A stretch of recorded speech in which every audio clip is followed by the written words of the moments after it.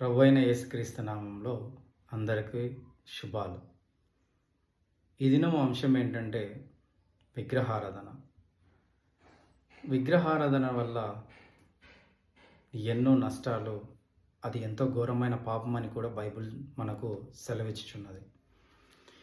విగ్రహారాధన చేసిన వారిలో ఇశ్రాయేలీయులు మొట్టమొదటి వారిగా ఉన్నారు. మనం చూస్తున్నాం బైబిల్లో.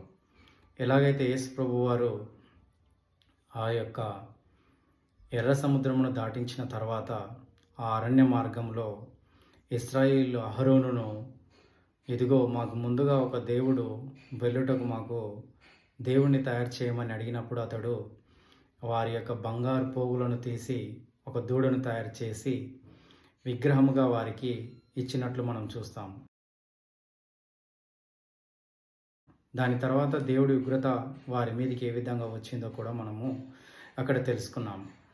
విగ్రహారాధన క్రైస్తవుడిగా మనము దానిని వ్యతిరేకించాలి. ఎందుకంటే క్రైస్తవుడిగా అది మనకు ఎంతో ఘోరమైన పాపం. కానీ క్రైస్తవంలో విగ్రహారాధన చేసేవారు లేరా? ఉన్నారు. ఆ అన్ని విషయాలు మనము ఈ యొక్క అంశంలో తెలుసుకుందాం. మొదటగా విగ్రహారాధన అంటే ఏంటంటే, సృష్టికర్తను కాకుండా, సృష్టికర్త అయినటువంటి యెహోవా యేసుక్రీస్తును కాకుండా ఆయన సృష్టించిన ఈ సృష్టిలో ఉన్నటువంటి ఏ వస్తువును నువ్వు తీసుకొని దాని ప్రతిమ రూపముగా తయారు చేసి దాని ముందు సాగిలపడడం అనేది ఎంత ఘోరమైన పాపమో కదా. ఎందుకంటే నీకు సృష్టిని ఇచ్చింది దాన్ని అనుభవించటానికే, కానీ దాని ముందు సాగిలపడి నీవు నమస్కారం చేసి సాగిలపడి ప్రార్థించుటకైతే కాదని నేనైతే తెలుసుకున్నాను.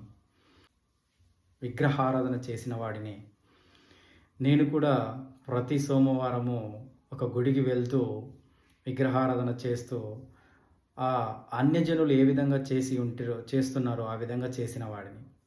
కానీ ఇప్పుడు ప్రభు యొక్క నామంలో రక్షించబడ్డాను. చాలా అంటే చాలా దేవుని యొక్క వాక్యాన్ని గ్రహించాను. నా తప్పును తెలుసుకొని దేవుని ముందు సాగిలపడి ఇదిగో ఈ విధంగా మీ ముందు నిలిచి ఉన్నాను. విగ్రహారాధన ఎంత ఘోరమైనదో, అసలు విగ్రహారాధన ఎంత అంటే ఎంత ఒక హాస్యాస్పదమో మీకు ఒక వాక్యాన్ని వినిపిస్తాను. యెషయా గ్రంథము 44వ అధ్యాయము 15వ వచనం వరకు నుంచి 20వ వచనం వరకు మీరు చూసుకున్నట్లయితే, ఒకడు వృక్షమును నాటును, లేదంటే ఒకడు చెట్టును నాటును, వర్షము దానిని పెంచును. అయితే కొద్ది కాలానికి వాడు ఆ యొక్క చెట్టును నరికి తను పొయ్యిలో పెట్టుకొనుటకు కొంత భాగాన్ని వాడతాడు. ఆ తర్వాత రొట్టెలు కాల్చుకొనుటకు కొంత భాగాన్ని వాడతాడు. ఆ తర్వాత తిని తృప్తి పొందినాక ఆహా ఇది ఏమీ బాగున్నదని చెప్పేసి చలి కాచుకుంటాడు. ఆ తర్వాత అంతా అయ్యాక ఆహా ఇది ఎంత బాగుంది అని చెప్పి సంతోషించి ఆ మిగిలిన కొంత భాగాన్ని ఆ యొక్క ఒక విగ్రహ ప్రతిమగా చేసుకొని ఆ కొయ్య చెక్కతో అతడు విగ్రహం ముందర సాగిలపడి నీవే నా దేవుడవు, నన్ను సృష్టించిన వాడవు అని చెప్పి దాని ముందర సాగిలపడతాడు. కానీ ఇక్కడ నేను చెప్పిన వచనంలో మీకు ఏదైనా అర్థమైందా? ఒక చెట్టును, దేవుడు సృష్టించిన ఒక చెట్టును వాడు ఎన్ని రూపాలుగా వాడుకుంటున్నాడో చూసావా? మాంసం వండుకొనుటకు అదే కట్టెను వాడాడు, చలి కాచుకొనుటకు అదే కట్టెను వాడాడు. ఆ తర్వాత మిగిలిన కొంత భాగాన్ని విగ్రహం చేసుకొని దేవుడిగా వాడుతున్నాడు. వాడికి ఎంత బుద్ధి లేదని అనుకోవాలి. లేదా నేను చదివి వినిపిస్తాను చూడండి. యెషయా గ్రంథము 44వ అధ్యాయము 15 నుంచి, ఒకడు పొయ్యి కట్టెలకు వాటిని ఉపయోగించును, వాటిలో కొంత తీసి చలి కాచుకొనును, నిప్పు రాజబెట్టి రొట్టె కాల్చుకొనును, ఒక తుండు తీసుకొని దానితో ఒక దేవతను చేసుకొనును, దానికి నమస్కారం చేయును. అదేవిధంగా అగ్నితో సగం కాల్చుకొని కొదవ సగముతో మాంసం వండి భక్షించి ఉన్నాడు. తిని తృప్తి పొందగా చలి కాచుకొనుచు ఆహా చలి కాచుకుంటుని వెచ్చగా ఉన్నదని అనుకొనుచున్నాడు. చూడండి, ఈ విధంగా వాడు నేను ఒకే చెట్టు నుంచి ఇన్ని రూపాలుగా ఒక చెట్టు నాకు ఉపయోగపడింది అంటే ఒక చెట్టును నేను ఇన్ని విధాలుగా వాడుకుంటున్నానంటే అది దేవుడు ఏ విధంగా అవుతుంది? దాని వలన నాకు ఎలాంటి దాని ముందు నేను సాగిలపడితే నాకు ఏ విధమైనటువంటి రక్షణ కలుగుతుందని ఆలోచించట్లేదు. ఈ కాలంలో ఎంతోమంది ఇదే విధంగా ఉన్నారు ప్రియ సహోదరి సహోదరులారా. కాబట్టి ఎవ్వడు కూడా ఆలోచించట్లేదు. అరే నేను దీంతోనే నేను అగ్నిలో వేసి సగం కాల్చుకుంటుని నిప్పుల మీద ఇదే చెట్టును తీసుకొని ఇదే చెట్టు యొక్క కొమ్మలను తీసుకొని నేను ఆ యొక్క మాంసం వండుకుంటుని దాని మొద్దుకు సాష్టాంగ పడుతున్నా అని ఎవ్వడు కూడా ఆలోచించాడంట. యెషయా గ్రంథంలో రాసి ఉంది. కాబట్టి ఎవ్వనికి కూడా తెలివి లేకుండా పోయింది. నిజంగా ఈ యొక్క సమాజంలో మనం చూస్తున్నట్లయితే కొందరు అన్యులు ఏ విధంగా అయితే విగ్రహారాధన చేస్తున్నారో అట్టి వారముగా మనం ఉండకూడదని దేవుడు ఎన్నో మార్లు మనకు ఈ యొక్క బైబిల్లో హెచ్చరించి ఉన్నాడు. అయినప్పటికీ కూడా మనము మారని వారిలాగా మనము కూడా విగ్రహంలాగా తయారైపోయి ఉన్నాము. కాబట్టి మనం చూసుకున్నట్లయితే విగ్రహం అనేది లోకంలో ఎలాంటిది అని చూసుకున్నట్లయితే మొదటి కొరింథీ 8వ అధ్యాయము 4వ వచనంలో మనం చూసుకున్నట్లయితే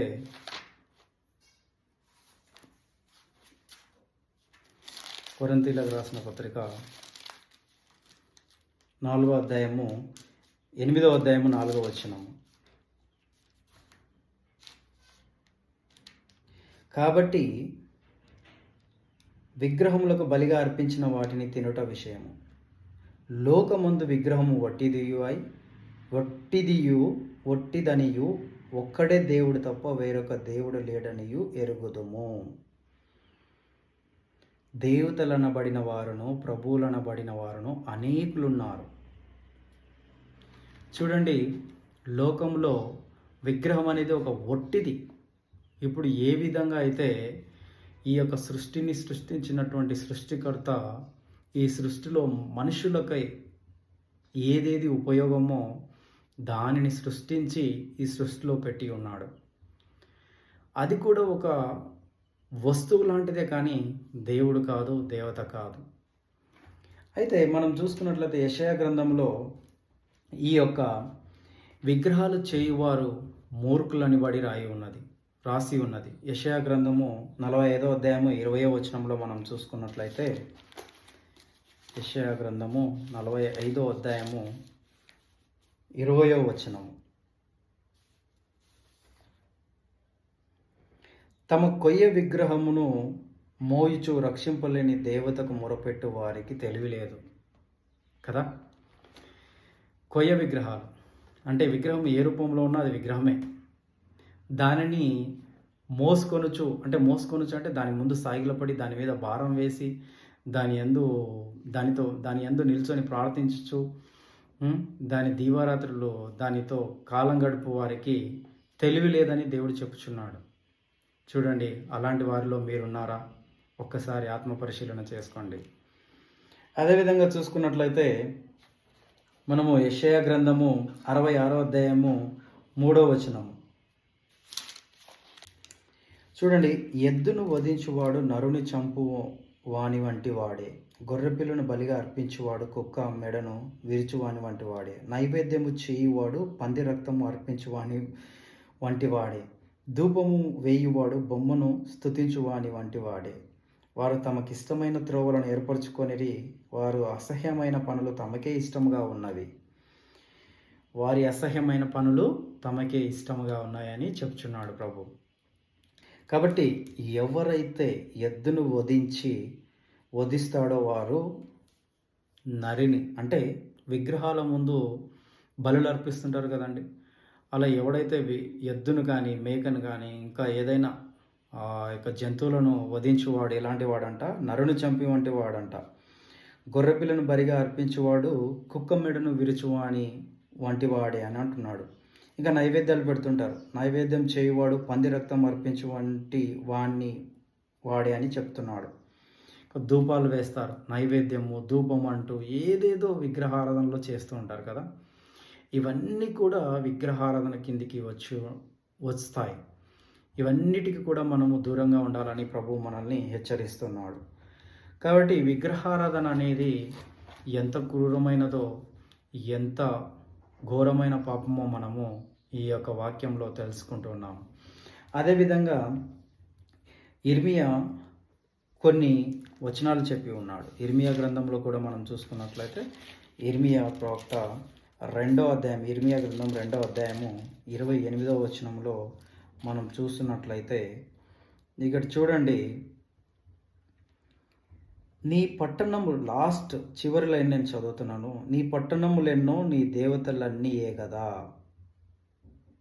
చూసారా, ఈ రోజులో కూడా మనం చూస్తుంటాము, ఒక్కొక్క ఊరికొక దేవుడు, పుట్టకో దేవుడు, గుట్టకో దేవుడు, ఇంకా చెప్పాలంటే రాయికొక దేవుడు, రప్పకొక దేవుడు, ఇంకా ఊరి అవతల ఒక దేవుడు, ఊరి పక్కన ఒక దేవుడు, ఇంట్లో ఒక దేవుడు, ఇంటి బయట ఒక దేవుడు.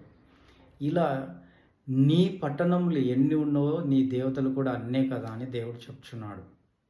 కాబట్టి నేను ఒక విషయాన్ని తెలియజేయాలనుకుంటున్నాను. ప్రపంచానికి సూర్యుడు ఒక్కడే, చంద్రుడు ఒక్కడే, భూమి ఒకటే. కావున దేవుడు ఒక్కడే, అది ఏకైక దేవుడైనటువంటి యేసుక్రీస్తు వారు మాత్రమే. ఇందులో నేను ఎంతో సంతోషించి చెప్తున్న విషయం ఇది. దేవుడు ఒక్కడే, అది నిజమైన దేవుడు, సజీవుడైన దేవుడు, అద్వితీయుడైన దేవుడు యేసుక్రీస్తు వారు మాత్రమే. ఇక విగ్రహంలో జోలికి వెళ్తే ఏమవుతుంది? ఆ యొక్క విగ్రహాలకు అర్పించినది తినవచ్చా, తినకూడదా? విగ్రహాలకు బలిగా చేసిన దానిని మనము తినొచ్చా లేదా అనేది చూసుకున్నట్లయితే మనము ఈ యొక్క వచనంలో రోమా రాసిన పత్రిక, అనగా పౌలు రోమీలకు రాస్తున్న పత్రికలో ఈ విధంగా రాసి ఉంది. 1వ అధ్యాయము 22 నుంచి 23 వరకు మనం చూసుకున్నట్లయితే, వారి అవివేక హృదయము అంధకారమాయెను, తాము జ్ఞానులమని చెప్పుకొనుచు బుద్ధిహీనులైరి. వారు అక్షయుడగు దేవుని మహిమను క్షయముగు మనుషుల యొక్కయు, పక్షుల యొక్కయు, చతుష్పాద జంతువుల యొక్కయు, పురుగుల యొక్కయు ప్రతిమా స్వరూపముగా మార్చిరి. చూడండి ప్రియ దేవుని బిడ్డలారా, ఈ చాలామంది అవివేక హృదయము కలవారై ఉన్నారు. ఇక్కడ అవివేక హృదయము అంధకారమాయను, తాము జ్ఞానులమని చెప్పుకొనుచు అజ్ఞానుల వలె ఉంటూ ఉన్నారు. ఈ లోకంలో ఎందరో బుద్ధిహీనులై ఉన్నారు. మనం చూస్తుంటాం, చాలా అంటే ఈ లోకంలో ఎంతోమంది మేము జ్ఞానులమని చెప్పుకొనుచు మంచి మంచి స్థానాల్లో ఉన్నవారు కూడా, ఎంతో ఉన్నత స్థానంలో ఉన్నవారు కూడా విగ్రహారాధన ఆరాధిస్తున్నారు. ఇందులో చాలామంది ఉన్నారు. వాళ్ళు ఏదో అనుకోవచ్చు వారు మేము జ్ఞానులమని, కానీ వారైతే బుద్ధిహీనులే. ఎందుకంటే వారు ఏం చేస్తున్నారంటే, ఆ యొక్క దేవుని యొక్క మహిమను, అక్షయుడైనటువంటి దేవుని యొక్క మహిమను క్షయమైనటువంటి, నీచమైనటువంటి, అంటే దీనికి ఇది కానటువంటి మనుషుల యొక్కయు, పక్షుల యొక్కయు, చతుష్పాద జంతువుల యొక్కయు, పురుగుల యొక్కయు ప్రతిమా స్వరూపముగా మార్చుకొని పూజిస్తున్నారు. దేవుడు అనేవాడు ఆత్మ కనుక ఆయనను ఆత్మతో సత్యంతో ప్రార్థించాలని మా బైబిల్ చెప్తుంది. కావున దేవుని నీవు మనుషుల్లో ఎలా చూస్తావు? అంటే ఎవడైనా నీకు మంచి సహాయం చేస్తే వాడు దేవుడా? కాదు. నీకు సహాయం చేసిన వాడు మానవత్వంతో, వాడుకున్న మానవత్వంతో నీకు సహాయం చేశాడే కానీ దాని అర్థం వాడు దేవుడని కాదు, నీతిమంతుడని కాదు. కాబట్టి నీవు దేవుణ్ణి ఒక రూపంలో బంధించాలనుకున్నటకు దేవుడు ఏమైనా చిన్నవాడు అనుకుంటున్నావా? ఆయనను బంధించే శక్తి నీకు ఉందా? కావున ఎవరు కూడా దేవుణ్ణి ఈ యొక్క పక్షుల రూపంలో కానీ, మనుషుల రూపంలో కానీ, ప్రాకే జంతువుల రూపంలో కానీ, ప్రాణుల రూపంలో కానీ చూసుకొని ఆ యొక్క దేవుణ్ణి ఇదే దేవుడు అని చెప్పేసి ప్రార్థిస్తున్నటువంటి ఎంతో బుద్ధిహీనులు, తెలియతక్కువ వారు ఉన్నారని ఈ వాక్యం ద్వారా తెలియజేస్తున్నాను. కాబట్టి సృష్టిని సృష్టించినటువంటి సృష్టికర్తను కాకుండా సృష్టించినటువంటి ఈ సృష్టిలో ఉన్నటువంటి వాటిని వెదికి కనుకొని ప్రార్థిస్తున్నటువంటి మూర్ఖులు ఎందరో మన మధ్య ఉంటూ ఉన్నారు. కాబట్టి సృష్టిని సృష్టించిన వాడిని మాత్రమే మనం ప్రార్థించాలి. అదే ప్రభు అయిన యేసుక్రీస్తు వారు. అది విడిచిపెట్టి ఎంతోమంది ఈ యొక్క ఈ సృష్టిలో ఉన్నటువంటి వస్తువులను, జంతువులను ఒక రూపము తయారు చేసుకొని వాటిని ప్రార్థిస్తున్నారంటే మీరు బుద్ధిహీనులుగా ఉంటున్నారని చెప్పి వాక్యం ద్వారా తెలియచేస్తున్నాను. కాబట్టి ప్రియ దేవుని బిడ్డలారా, విగ్రహారాధన జోలికి వెళ్ళకండి.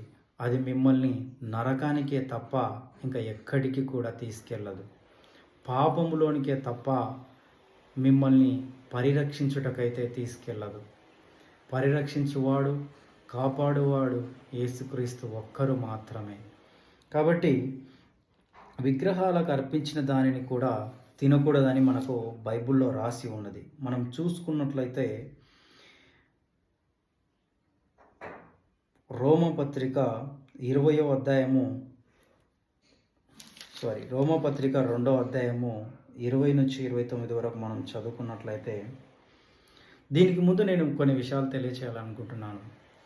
అదేంటంటే, మీరు అడగవచ్చు, ఈ యొక్క వీడియో చూస్తున్న వాళ్ళు క్రైస్తవ్యంలో విగ్రహారాధన చేస్తున్న వారు లేరా అంటే ముమ్మాటికి అవునని అంటాను. ఉన్నారు. క్రైస్తవ్యంలో మొట్టమొదటగా క్రైస్తవ్యము రోమన్స్ క్యాథలిక్స్ నుంచి వచ్చింది. అయితే వారు చేస్తున్నటువంటి ఈ యొక్క పేగన్ ఫెస్టివల్స్ చేస్తారో అక్కడ పాశ్చాత్య దేశాలలో, అలాంటి ఫెస్టివల్ను ఈ యొక్క క్రైస్తవంలోనికి తీసుకొచ్చిన వారే ఈ రోమన్స్.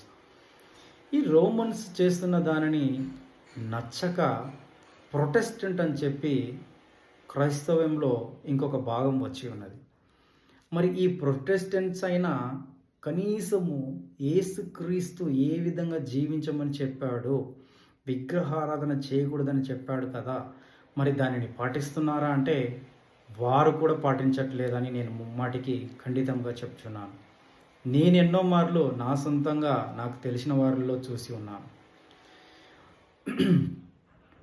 ఇప్పుడు ఒక మరియమాత బొమ్మను కానీ, ఒక బాలయేసు ప్రతిమ స్వరూపమును తయారు చేసుకొని ఆయన ముందర సాగిలపడి ప్రార్థించడాన్ని ఏమంటారు? ఆ యొక్క బొమ్మను విగ్రహమే కదా అంటారు. మరి బాలయేసు విగ్రహాన్ని కూడా విగ్రహమే కదా అంటారు. అంటే హిందువులు చేస్తే విగ్రహారాధన, మీరు చేస్తే మాత్రం దైవ ఆరాధన. సిగ్గుపడండి క్రైస్తవులారా, మీకే ఈ విషయాన్ని తెలియజేస్తున్నాను. ఎందుకంటే మిమ్మును బట్టే కదా దేవుని నామము అన్య జనుల మధ్య దూషించబడుచున్నదని చెప్తున్నాడు పౌలు. మనమొక్కరమేనా? ఎంతోమంది నేను చూస్తున్నాను, వింటూ ఉన్నాను. ఆ మేరీమాత పండుగ, ఈ మేరీమాత తిరునాళ్ళు ఏంటిది? క్రైస్తవ్యంలో ఇలాంటివి ఏమీ లేవు. ఇలాంటి వారు ఉన్నారంటే వారు క్రైస్తవులే కాదు. విగ్రహారాధన ప్రోత్సాహపరిచేవారు క్రైస్తవులు కాదు. గుర్తుపెట్టుకోండి. మీరు క్రైస్తవ రూపంలో ఉన్నటువంటి అన్యులు, దొంగలు. మీరు యేసుక్రీస్తుని మీరు దూషిస్తున్నారు. గుర్తుపెట్టుకోండి. కన్న తల్లిదండ్రులను కాదని పక్కోడోని తల్లిదండ్రుల ముందు మా నాన్న వీడు అంటే నీ తల్లికి ఎంత కోపం వస్తుందో, లేదంటే తల్లిదండ్రులు ఉన్నారు, తల్లి తండ్రి, నీ తల్లి ముందర నీ తండ్రి ముందర ఒక అతన్ని చూపిస్తూ నాన్న నీవు కాదు మా నాన్న ఈయన అని నీకు చూపిస్తే ఎంత కోపం వస్తుందో, అదేవిధంగా దేవుడి ఉగ్రతకు కూడా మీరు చోటిచ్చిన వారు అవుతారు. వాళ్ళు చేస్తున్నారు కదా, వీళ్ళు చేస్తున్నారు కదా, మేరీమాతకు చీర వీరు కట్టిస్తున్నారు కదా, వాళ్ళు కట్టిస్తున్నారు కదా, మనం చేస్తే తప్పేంటి అనుకుంటున్నారు. అయితే నేను ఒక మాట అడుగుతాను, మరి అందరూ నరకానికి వెళ్తారు, మరి మీరు కూడా వెళ్ళడానికి రెడీ ఉన్నారా? దీనికైతే వెళ్ళరు. ఎందుకంటే దాంట్లో నరకంలో అగ్ని ఆరదు, పురుగు చావదు. మరి అలాంటప్పుడు వీళ్ళు చేసిన దాన్ని చూసి నేర్చుకోవడంలో సిగ్గనిపించట్లేదా మీకు? కాబట్టి క్రైస్తవులు కూడా ఎందరో క్రైస్తవ్యంలో విగ్రహారాధన చేస్తున్న వారు ఉన్నారు. మొదట మనల్ని మనము సరిచేసుకుంటే ఆ తర్వాత హైందవ సోదరులైనటువంటి అన్యులు ఎవరైతే ఉన్నారో వారికి మనం వెళ్ళి వివరిస్తే వాళ్ళు కూడా ఈ యొక్క వాక్యాన్ని బట్టి తప్పని తెలుసుకుంటారు. అందుకే నేను చదివి వినిపిస్తాను, వినండి. రోమీలకు రాసిన పత్రిక 2వ అధ్యాయము 20వ వచనం నుంచి, చీకటిలో ఉండు వారికి వెలుగును, బుద్ధిహీనులకు శిక్షకుడును, బాలురకు ఉపాధ్యాయుడినై ఉన్నానని నీ అంతటి నీవే ధైర్యం వహించుకొంచున్నావు కావా? ఎదుటి వానికి బోధించు నీవు నీకు నీవే బోధించుకొనవా? అంతే కదా. పక్కనోనికి విగ్రహారాధన చేయకని చెప్తున్నావు నువ్వు, మరి నీవేం చేస్తున్నావు? ఆలోచించుకో. దొంగిలించకూడదని చెప్పుచున్న నీవు, ప్రకటించుచున్న నీవు దొంగిలించేదవా? వ్యభిచారం చేయవద్దని చెప్పుచున్న నీవు వ్యభిచారం చేసేదవా?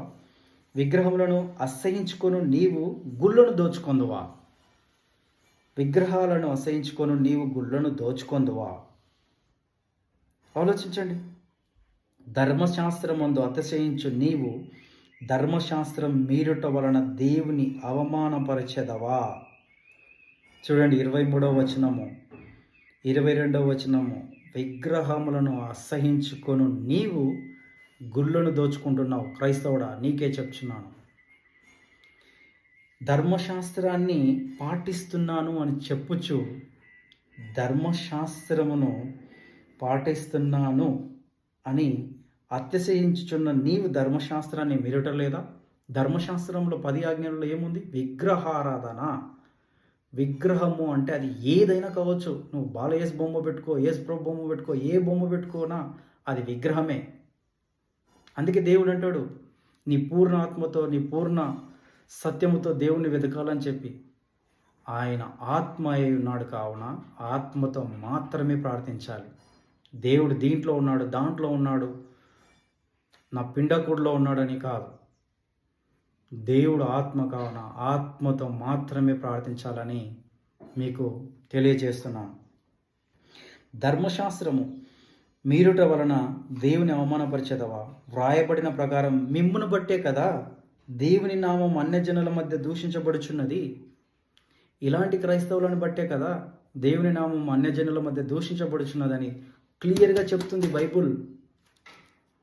మీలాంటి వారు ఉండబట్టే మీరు మాత్రము విగ్రహారాధన చేసే వాళ్ళని అసహించుకుంటారు, కానీ మీరు మాత్రం విగ్రహారాధన చేస్తారు.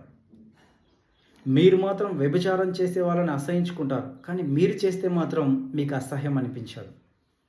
మీరు మాత్రం దొంగతనం చేసేవారిని పట్టి కొడతారు. మీరు దొంగతనం చేస్తే అది మీకు ఎంతో ఇంపుగా ఉంటుంది కదా. ఇలాంటి దౌర్భాగ్యపు క్రైస్తవులు ఎంతమంది లేరు మన సమాజంలో, మన సంఘాలలో. కాబట్టి విగ్రహారాధన నీవు ఏ రూపంలో చేసినా అది విగ్రహారాధనే. అంటే నేను యేసు ప్రభు బొమ్మ పెట్టుకున్నాను కదా, మరియమాతనే కదా అనుకోవచ్చు, అది కూడా విగ్రహమే. ఎవరు చెప్పాడు నేను పెట్టుకోమని? బైబుల్ చెప్పిందా? వచనం ప్రకారం చదివి చెప్పు, చూపించు. ఇదే ఛానల్లో నేను మీ అందరికీ క్షమాపణలు చెప్తాను. నిజంగా దేవుని యేసు ప్రభు బొమ్మ పెట్టుకొని మరియమాత బొమ్మ పెట్టుకొని ప్రార్థించవచ్చు అని రాసిందని చూపించండి. కావున విగ్రహారాధన నీవు ఏ రూపంలో చేసినా అది విగ్రహారాధనే, గుర్తుంచుకోండి. కాబట్టి విగ్రహానికి అర్పించినది కూడా ఏది తినకూడదు మనం. ఇప్పుడు విగ్రహాల ముందు వెళ్ళి రక్తం చిందించిన దానిని, గొంతు పిసికి చంపిన దానిని తినకూడదని బైబిల్లో చెప్పి ఉంది మనకు క్లియర్గా. కావున వాటి జోలికి వెళ్ళకూడదు. వాటికి అర్పించిన వాటిని తినకూడదు. వచనం చదివి వినిపిస్తాను, ఆ తర్వాత మీకు అర్థమవుతుంది.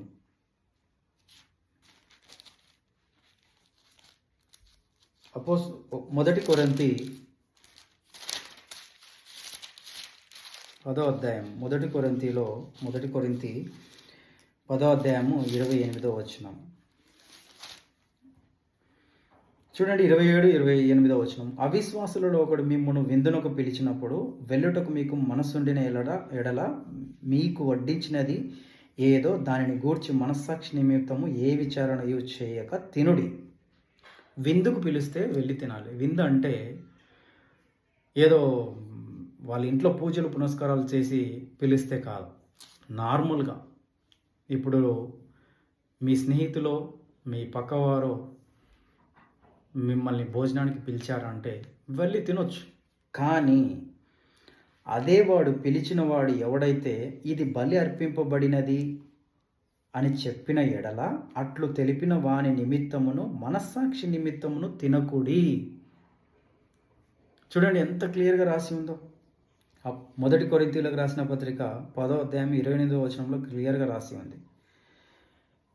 అయితే ఈ మనస్సాక్షి అనేది నీ సొంత మనస్సాక్షి నిమిత్తం కాదు, నిన్ను పిలిచిన వాని మనస్సాక్షి నిమిత్తమే తినకని వాక్యం చెప్తున్నది. కావున ఎవడైనా ఇది బలర్పించింది లేదంటే ఇది పూజ నైవేద్యాలు పెట్టింది అని చెప్పి నిన్ను పిలిచినట్లయితే వెళ్ళి తినకు. అసలు అందులో పాలి భాగస్థుడవే కాకూడదు. కాబట్టి ఇంకొక విషయం మీకు చెప్పాలనుకుంటున్నాను. విగ్రహారాధన అంటే కేవలము విగ్రహము ముందు వెళ్ళి సాగిలపడి నమస్కరిస్తేనే విగ్రహారాధన, లేదంటే విగ్రహారాధన చేస్తున్నటువంటి వారికి నీ వంతు నువ్వు సహాయం చేయడం కూడా విగ్రహారాధనేనా?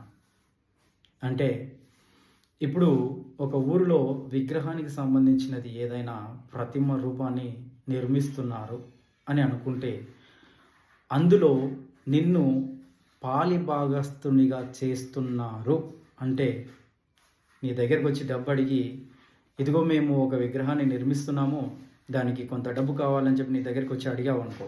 లేదు అంటే మీ ఊర్లలో విగ్రహారాధన చేస్తున్నప్పుడు అక్కడ వెళ్ళి చూస్తూ పాలిభాగస్తుడిగా నీవు నిల్చొని వారిలో అంటే ఆ యొక్క దాన్ని నిర్మించుటకు నీవు కొంత డబ్బుని ఇచ్చి ఉన్నావు అనుకో, దాంట్లో నీకు కూడా భాగం ఉంది కాబట్టి నువ్వు పాపం చేసిన వాడివి అవుతావు. మా ఇంట్లోనే జరిగిన సంఘటన మీకు తెలియజేస్తున్నాను. విగ్రహారాధన జోలికి వెళ్ళకూడదని నేను మా అమ్మ మా నాన్నకి ఎన్నోసార్లు చెప్పి ఉంటాను. అయితే మా మామ వాళ్ళు క్రైస్తవులు కావున వారి ఊరిలో ఏదో జాతర జరుగుతుందని చెప్పి పిలిచి ఉన్నారు. మేమైతే వెళ్ళలేదు, నేను నా వైఫ్. ఎందుకంటే మేము బంధువులను కూడా వదులుకోవడానికి సిద్ధంగా ఉన్నాం, కానీ దేవుని మాటను ఆ యొక్క తృణీకరించడానికి మాత్రం సిద్ధంగా లేము. అందుకే దేవుడు అంటాడు కదా మత్తయి సువార్తలో, నాకంటే అధికముగా నీవు అదే కొంతమంది ఈ మధ్య దాన్ని కాంట్రవర్సీగా చేస్తున్నారు.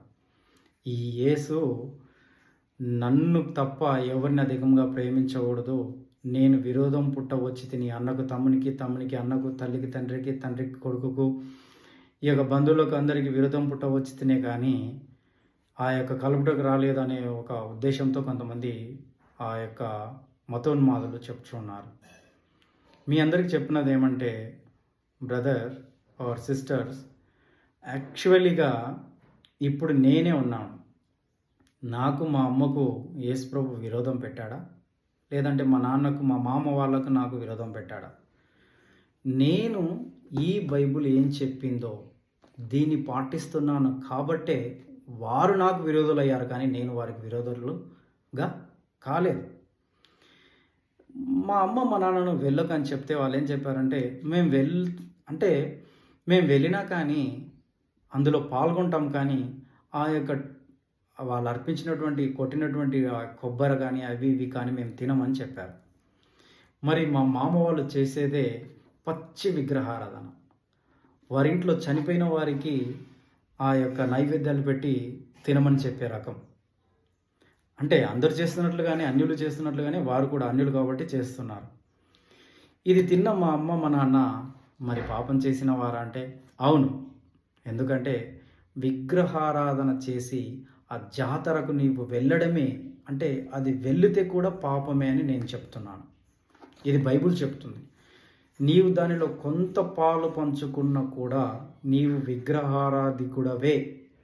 కాబట్టి నీవు దేవుని యొక్క ధర్మశాస్త్రాన్ని పాటించని వాడివే, దాన్ని ఆ ఆజ్ఞలను అతిక్రమించిన వాడిగానే నిన్ను పరిగణిస్తాడే కానీ నీతిమంతుడిగా అయితే నిన్ను దేవుడు పరిగణించడు. కావున వారు పాపం చేసి ఉంటిరి, వారి పాపమే వారికి శిక్షగా ఎంచబడాను. కావున ప్రియ దేవుని సంగమా, ఈ యొక్క ఛానల్ చూస్తున్న వారి అందరికీ నా యొక్క విన్నపం, మొదటగా క్రైస్తవులకి నేను చెప్తున్న హెచ్చరిక ఏంటంటే మొదటగా మీరు విగ్రహారాధనను మానివేయండి. ఆ తర్వాత అన్యులకు కూడా నీవు నేర్చుకున్న జ్ఞానం ఏదో తెలియచేస్తే మన దేవుడైన యేసు క్రీస్తు ఈ యొక్క విగ్రహారాధనను ఎందుకు అసహించుకున్నాడో, దాని వలన నష్టమేమిటి, దాని వలన మనిషి నరకానికే వెళ్తాడు కానీ పరలోకానికి వెళ్ళడు, అది ఎంతో ఘోరమైన పాపం అని తెలియజేయాల్సిన బాధ్యత మన మీద ఉన్నదని మీ అందరికీ తెలియజేస్తున్నాను. చివరిగా మీకు ఒక ముఖ్యమైన ఆ యొక్క వచనాన్ని చదివి వినిపిస్తాను. ఇది ఎంతో అంటే ఈ వాక్యం ద్వారానైనా మీరు తెలుసుకుంటారని నేను అనుకుంటున్నాను. ఇర్మియా గ్రంథము 2వ అధ్యాయము 13వ వచనంలో దేవుడు ఈ విధంగా అంటారు, నా జనులు 2 నేరములు చేసి ఉన్నారు, జీవజలముల ఊటనైన నన్ను విడిచి ఉన్నారు, తమ కొరకు తొట్లను అనగా బద్దలై నీళ్లు నిలువని తొట్లను తొలిపించుకొని ఉన్నారు. చూడండి, యేసుక్రీస్తు జీవజలములను ఇచ్చు ఊట, అంటే ఎన్నటికీ ఎండిపోని అంటే మనకు జీవాన్నిచ్చే ఆ యొక్క జల ఊట వంటి వారు మన యేసుక్రీస్తు. అలాంటి యేసుక్రీస్తుని కాదని నీవు తొట్లు తయారు చేసుకుంటే ఆ తొట్లలో ఎంతకాలం కూడా నీరు ఉండదనే ఉద్దేశంతో ఈ యొక్క వాక్యం చెప్పబడుచున్నది. అంటే నీవు కూడా విగ్రహారాధన చేస్తున్న నీవు కూడా నిజదేవుడిని కాదని ఈ విధంగా ఎక్కడెక్కడో వెతికి దేవుణ్ణి కనుక్కొని దేవుడు ఇదే అని చెప్పి నీవు ప్రార్థిస్తున్నావేమో, పూజిస్తున్నావేమో, సాగిలపడి నమస్కరిస్తున్నావేమో ఆలోచించుకో ప్రియ సహోదరా. కాబట్టి యేసుక్రీస్తు నిత్యము నిన్న నేడు రేపు నిరంతరము ఏకరీతిగా ఉన్నవాడు. ఆయన జీవజలపు ఊట, ఎన్నటికి ఎండిపోని ఊట. ఆయన యందు నీవు పచ్చని ఒలివ చెట్ల వలె ఉంటావో కాదని నీవు ఎప్పుడైతే నీ సొంతంగా ఒక కుండను తయారు చేసుకొని దాంట్లో నీళ్లు నిలవకుండా ఉండులాగున అలాంటి వాటి కొరకు నీవు పరిగెడితే ఎప్పటికీ నీవు దాహంతో చనిపోయేవాడిగానే ఉంటూ ఉన్నావు. కాబట్టి ఈ యొక్క వాక్యం ద్వారా, ఈ దినం మనం తెలుసుకున్న వచనం ద్వారా ప్రతి ఒక్కరు కూడా ఆ యొక్క మీలో కూడా మార్పు రావాలని ప్రభునామంలో మిమ్మల్ని కోరుచున్నాను. ఈ యొక్క వాక్యంలో ఏదైనా తప్పులు ఉన్నట్లయితే నాకు సలహాలు ఇచ్చి నాలాంటి యవ్వన సువార్థికుణ్ణి మీరు ప్రోత్సహించవలసినదిగా ప్రభునామంలో వేడుకొనుచున్నాను. అందరికీ వందనాలు.